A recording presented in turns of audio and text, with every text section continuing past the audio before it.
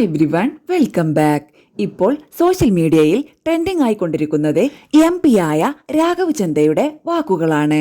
Vote ചെയ്യാനും finger print നിർബന്ധമാക്കണം എന്ന പ്രസ്താവനയാണ് അദ്ദേഹം മുന്നോട്ട് വെക്കുന്നത്. ഫിംഗർ പ്രിന്റ് എല്ലായിടത്തും വേണം, വോട്ടിന് മാത്രം വേണ്ടയോ? രാഘവ് ചന്ദ MP ചോദിക്കുന്നു. 5 കിലോ റേഷൻ വാങ്ങാൻ ഫിംഗർ പ്രിന്റ് വേണം.